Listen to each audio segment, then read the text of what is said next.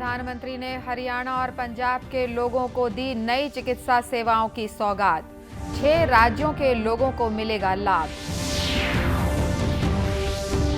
बेरोजगारी के विरोध में भारतीय जनता युवा मोर्चा ने किया कांग्रेस सरकार के खिलाफ प्रदर्शन।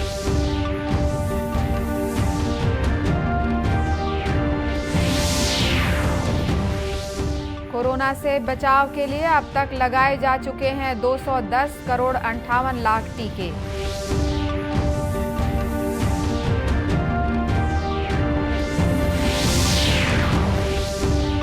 और दक्षिण बस्तर के 3 जिलों में होगी बस्तरिया बटालियन में 400 युवाओं की भर्ती।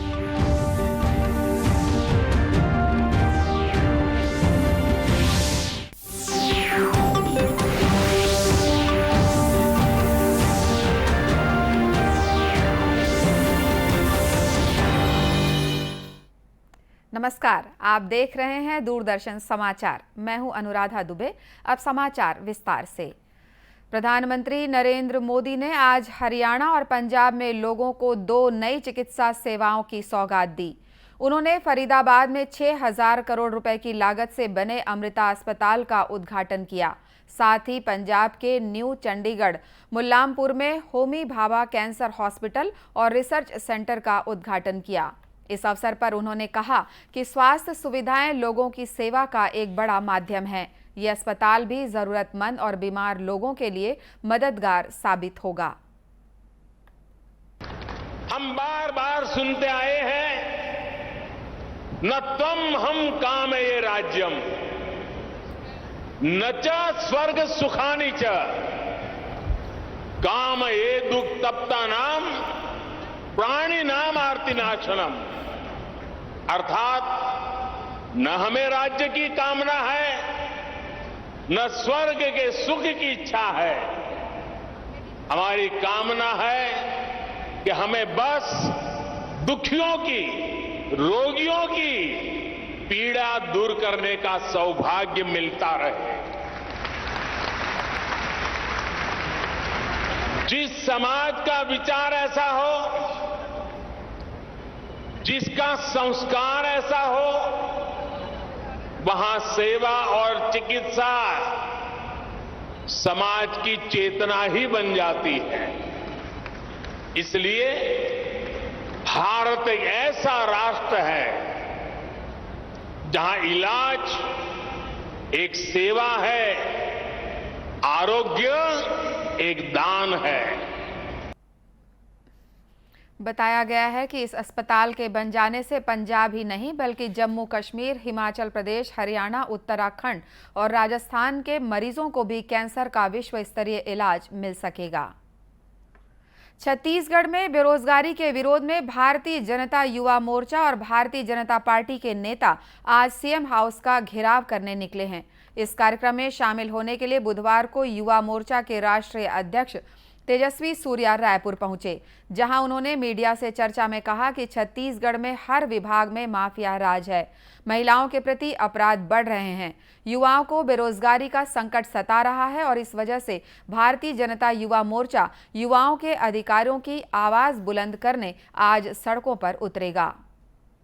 सरकार है, इस सरकार में हर प्रकार का माफिया राज चल रहा है।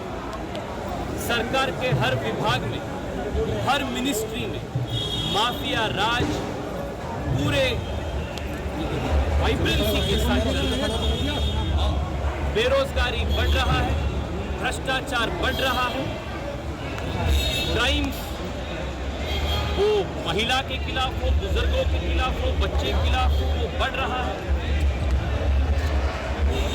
इस भ्रष्टतम सरकार के खिलाफ, ये इनसेंसिटिव सरकार के खिलाफ आज युवा मोर्चा एक सबसे बड़ा आंदोलन आज संगठित किया। इधर रायपुर नगर निगम मुख्यालय के बाहर भाजपा नेताओं की सभा के बाद सभी सीएम हाउस का घेराव करने निकले। भाजपा के प्रदर्शन को देखते हुए पुलिस और प्रशासन ने कड़ी सुरक्षा व्यवस्था की है। मुख्यमंत्री निवास पहुंचने वाले सभी रास्तों पर बैरिकेडिंग के साथ ही हजारों पुलिस जवानों की भी तैनाती की गई है। इससे पहले मंगलवार को छत्तीसगढ़ की भाजपा प्रभारी डी पुरंदेश्वरी, पार्टी के प्रदेश अध्यक्ष अरुण साव, सांसद सुनील सोनी और विधायक बृजमोहन अग्रवाल सड़कों पर उतरे। उन्होंने महिला मोर्चा के पदाधिकारियों के साथ मशाल लेकर भाजपा कार्यालय से जय स्तंभ चौक तक मार्च किया। इस मौके पर भाजपा प्रभारी डी पुरंदेश्वरी ने कहा कि किसी कार्य की सफलता के पीछे महिला होती है। यहाँ तो पूरा महिला मोर्चा है, इसलिए अब ये तय है कि भूपेश बघेल के कुशासन का अंत होगा और जनता विकास की खुली हवा में सांस ले सकेगी। कोरोना से बचाव के लिए देश में अब तक कुल 210 करोड़ 58 लाख कोविड टीके लगाए जा चुके हैं। पिछले 24 घंटों में 27,17,979 टीके लगाए गए हैं, जबकि भारत में कुल सक्रिय मरीजों की संख्या 96,642 है। बीते 24 घंटों में 10,600 से अधिक लोग स्वस्थ हुए हैं। इस तरह अब तक स्वस्थ हुए कुल लोगों की संख्या 4 करोड़ 37 लाख से अधिक है। इधर छत्तीसगढ़ में पिछले 24 घंटे में कोरोना के 234 नए मरीज मिले हैं। मंगलवार को कुल 9,516 सैंपल्स की जांच की गई थी। इस तरह प्रदेश में औसत पॉजिटिविटी दर 2.34% हो गई है। छत्तीसगढ़ के बस्तर में हाल ही में हुए सड़क हादसे के बाद परिवहन विभाग ने ओवर स्पीड तथा ओवरलोड वाहनों के खिलाफ कार्रवाई तेज कर दी है। पिछले 2 दिनों के अंदर 80 से ज्यादा यात्री बसों पर 1 लाख से अधिक का जुर्माना लगाया गया है, जबकि 225 से ज्यादा छोटे बड़े वाहन चालकों का लाइसेंस रद्द किया गया है। क्षेत्रीय परिवहन अधिकारी ऋषभ नायडू ने बताया कि ये अभियान लगातार जारी रहेगा और जो यात्री बस के मालिक नियमों को तोड़ेंगे, उनके खिलाफ सख्त कार्रवाई की जाएगी। छत्तीसगढ़ के बस्तर संभाग को राजधानी रायपुर, दुर्ग, भिलाई, आंध्र प्रदेश और तेलंगाना से जोड़ने प्रतिदिन अलग अलग कंपनियों की 300 से ज्यादा बसें चलती हैं। इसके अलावा कुछ मिनी बसें भी हैं जो बस्तर के एक जिले को दूसरे जिले से जोड़ती हैं। परिवहन विभाग के मुताबिक यातायात नियमों का उल्लंघन करने वाले कुल 225 वाहन चालकों के लाइसेंस रद्द कर दिए गए हैं। अब 3 महीने के बाद नए सिरे से चालान पटाने के बाद पुलिस थानों से इन वाहन चालकों को उनके लाइसेंस वापस मिलेंगे। छत्तीसगढ़ में स्वाइन फ्लू के मरीज लगातार बढ़ते जा रहे हैं। स्वास्थ्य विभाग के मुताबिक पिछले 1.5 महीनों में स्वाइन फ्लू से पीड़ित 6 लोगों की मौत हो चुकी है। बताया गया है कि राजनांदगांव जिले से 72 साल के एक मरीज को कुछ दिनों पहले राजधानी रायपुर के एम्स में भर्ती कराया गया था। उन्हें सांस लेने में भी दिक्कत थी। जांच के बाद उनमें स्वाइन फ्लू संक्रमण की पुष्टि हुई, तब से उनका इलाज जारी था। स्वास्थ्य विभाग ने इसे कोमॉर्बिडिटी के साथ हुई मौत के रूप में दर्ज किया है। सोमवार देर रात भी स्वाइन फ्लू से पीड़ित एक महिला मरीज की जान चली गई थी। महामारी नियंत्रण विभाग के संचालक डॉक्टर सुभाष मिश्रा ने बताया, इस मौत के साथ स्वाइन फ्लू पॉजिटिविटी मरीजों की मृत्यु संख्या 6 तक पहुंच गई है। उन्होंने कहा, ऑडिट कमेटी की रिपोर्ट आने के बाद ही मौतों को स्वाइन फ्लू से हुई मौत के रूप में दर्ज किया जाएगा। छत्तीसगढ़ में दक्षिण बस्तर के 3 जिलों में अब सीआरपीएफ की बस्तरिया बटालियन में 400 स्थानीय युवाओं की भर्ती होगी। इसके लिए नोटिफिकेशन भी जारी कर दिया गया है। इससे पहले भी बस्तर फाइटर्स में बस्तर के 7 जिलों में 2100 स्थानीय युवाओं की भर्ती की जा चुकी है। बताया गया है कि भर्ती प्रक्रिया सितंबर या अक्टूबर माह से शुरू होगी। सीआरपीएफ के अफसरों ने बताया कि स्थानीय युवाओं की भर्ती का स्थानीय स्तर पर अच्छा लाभ मिलेगा। उच्च स्तर से निर्देश जारी होते ही प्रक्रिया शुरू कर देंगे। बस्तर फाइटर्स के लिए हुई भर्ती में जिन युवाओं का चयन नहीं हो सका है, उन्हें सीआरपीएफ की इस बटालियन में फायदा मिल सकेगा। भर्ती से पहले सीआरपीएफ भी अंदरूनी गांव के युवाओं को ट्रेनिंग देने का प्लान बना रही है। जिला खनिज न्यास निधि से मिलने वाली राशि कोरबा में मेधावी छात्रों के लिए वरदान साबित हो रही है। खनन प्रभावित और आर्थिक रूप से कमजोर परिवार के इन मेधावी छात्रों की उच्च शिक्षा के लिए कोरबा कलेक्टर संजीव झा ने फंड स्वीकृत किया है। कलेक्टर संजीव झा ने बताया कि जिले के खनन प्रभावित और वनांचल के मेधावी छात्रों का स्क्रीनिंग किया गया था, जिसमें बोर्ड की परीक्षा में सर्वाधिक अंक पाने वाले छात्र छात्राओं का रायपुर स्थित state institute of hotel management संस्थान में एडमिशन कराया गया है। इन बच्चों के डिग्री और डिप्लोमा कोर्स की फीस के साथ ही उनके हॉस्टल और मेस की फीस का भुगतान खनिज जिला न्यास मद से किया जाएगा। ये जो अपने छत्तीसगढ़ गवर्नमेंट की institute of hotel management and administration है रायपुर में, उसमें हम लोगों ने अपने जिले के 10 बच्चों को स्क्रीनिंग करके सिलेक्ट किया है, जिसमें 4 बच्चे हमारे ग्रेजुएशन कोर्स के लिए आ रहे हैं, BSc in hotel management and administration, और 6 बच्चे जो है अलग अलग डिप्लोमा कोर्सेज के लिए जा रहे हैं। इन सभी बच्चों को जो एक बेसिक स्क्रीनिंग प्रोसेस होता है उससे स्क्रीनिंग करके इनको डीएमएफ से स्पॉन्सर किया जा रहा है। इनके पूरे जो एक्सपेंसेस होंगे वहाँ कॉलेज के हॉस्टल के, उसको हम लोग डिस्ट्रिक्ट मिनरल फाउंडेशन ट्रस्ट जो है उस ट्रस्ट से स्पॉन्सर करेंगे। और ये बच्चे पूरे जिले के अलग अलग वसाहतों के हैं, जिसमें आपको ट्राइबल बच्चे भी हैं, शेड्यूल कास्ट के भी बच्चे हैं, ओबीसी भी हैं, और ज़्यादा संख्या जो है कुल 10 बच्चों में जो ज़्यादा संख्या है वो महिलाओं की है। और इनको ये प्रोफेशनल कैरियर ओरिएंटेड कोर्स है, जिसमें जाने से इनको एक एश्योर्ड लाइवलीहुड भी मिलेगा और एक प्रोफेशनल कोर्स की तरफ जो अपने जिले के लोगों का है रुझान आने वाले समय में ज़्यादा होगा।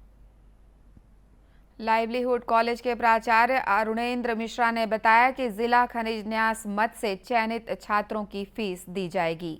नवा रायपुर में जो हमारा इंस्टीट्यूट है उसमें जिला खनिज न्यास के माध्यम से हम लोग 10 छात्रों को स्पॉन्सर कर रहे हैं। छात्रों का चयन बेसिकली 12वीं में परसेंटेज के आधार पर किया गया है, जिसमें एससी, एसटी, ओबीसी और जनरल जो भी हमारा रोस्टर रहता है उसके हिसाब से ही छात्रों को चयनित किए हुए हैं। साथ ही जो इच्छुक छात्र थे उनको आज हम लोग यहाँ से लेकर के जा रहे हैं। इसका जो फीस, हॉस्टल और मेस का जो भी शुल्क है वह डीएमएफटी के माध्यम से वित्त पोषित किया जाएगा। गौरतलब है कि केंद्र सरकार ने खनन प्रभावित जिलों से मिलने वाले राजस्व का उसी जिले के विकास में खर्च करने के लिए जिला खनिज न्यास निधि का गठन किया है। छत्तीसगढ़ में 3 दिनों तक मौसम साफ रहने के बाद आज से फिर बारिश होने की संभावना जताई जा रही है। रायपुर मौसम विज्ञान केंद्र के विज्ञानी एचपी चंद्रा ने बताया कि मानसून का अधिकतर हिस्सा बीत चुका है। ऐसे में वर्षा की गतिविधियां अब ढलान की ओर हैं। आज से पूरे प्रदेश में बादल बढ़ेंगे और सामान्य वर्षा होगी। कल से 27 अगस्त तक प्रदेश के अधिकांश हिस्सों में बरसात होने की संभावना बन रही है। इस दौरान अभी भारी बरसात की संभावना कम है, लेकिन अधिकांश स्थानों पर हल्की से मध्यम स्तर की बारिश होती रहेगी। इसकी वजह से तापमान भी कम होगा।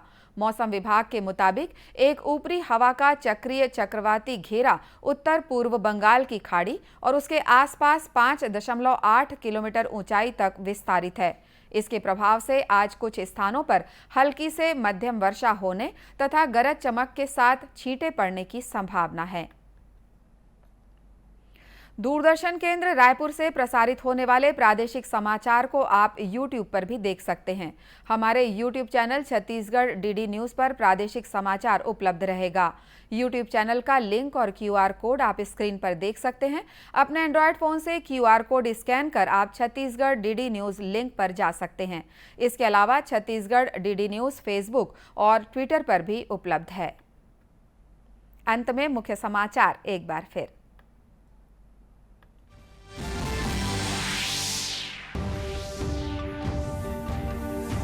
प्रधानमंत्री ने हरियाणा और पंजाब के लोगों को दी नई चिकित्सा सेवाओं की सौगात। 6 राज्यों के लोगों को मिलेगा लाभ।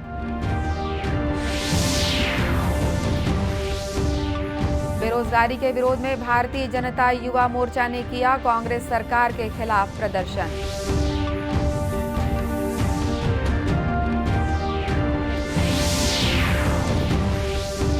कोरोना से बचाव के लिए अब तक लगाए जा चुके हैं 210 करोड़ 58 लाख टीके।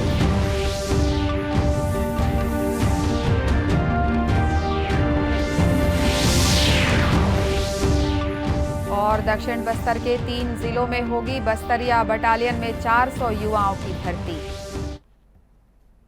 इसी के साथ ये समाचार बुलेटिन समाप्त हुआ। नमस्कार।